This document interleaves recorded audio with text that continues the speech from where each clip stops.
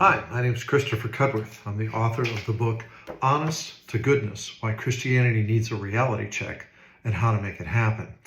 To do a little thought experiment, quick one, I want to talk to you about a famous Bible story, the story of Sodom and Gomorrah. And of course, famously, in the orthodox tradition, the sin of Sodom and Gomorrah was homosexuality. But let's take a closer look at what Scripture really says. In Ezekiel 16:49-50, the New International Version says, "Now this was the sin of your sister Sodom.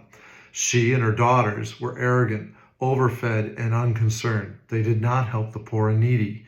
They were haughty and did detestable things before me. Therefore I did away with them, as you have seen." Now, automatically, the Orthodox version is going to say, oh, those detestable things were homosexuality. But let's take a look at the real story, because God sends two messengers down to examine what the cities are doing. They get there only to find that there's a tradition in town that if you're caught out after dark, you're subject to abuse of any form. And instead, they're taken in by a man named Lot, who tries to protect them. Well, the people come pounding on the door and say, send these guys out. We want to have sex with them. Well, what they really want to do is conduct gang rape, because they're not going to sit there and have consensual sex with these guys. They're going to rape them. And rape is not the same as homosexuality or being gay. So right away, we find that the orthodox interpretation of this story is actually a lie. And that's why we need to do a reality check on Scripture. We find out that often in orthodoxy, there are legalistic, there are political, there are patriarchal, there are all kinds of reasons why orthodoxy promotes one narrative over the other. In the case of Sodom and Gomorrah, we see that the conflation of gang rape for homosexuality is wrong.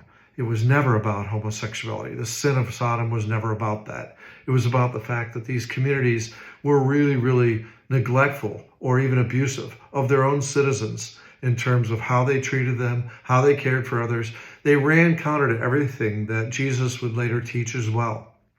And that's why God destroyed them. It wasn't anything to do with being gay. And yet, that interpretation, that narrative, that orthodoxy has been used for centuries to persecute gay people. And they even use the term sodomy to describe, any sort of penetration. And so you look at that. The real heresy is what orthodoxy has done with that Bible passage. It's not the honest to goodness interpretation that says it was gang rape and the haughtiness and the arrogance and the being overfed and indulgent and greedy. That's the real sin of Sodom and Gomorrah. That's the reality check we need to do.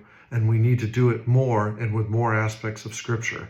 I encourage you to give my book a read, Honest to Goodness, Why Christianity Needs a Reality Check and How to Make It Happen. You'll find many, many good examples that basically expose the sins of orthodoxy and reveal the honest aspects of Scripture that are valuable to our lives, that provide genuine tools for us to find goodness in this world. I invite you to read it. It's available on Amazon.com. Thank you.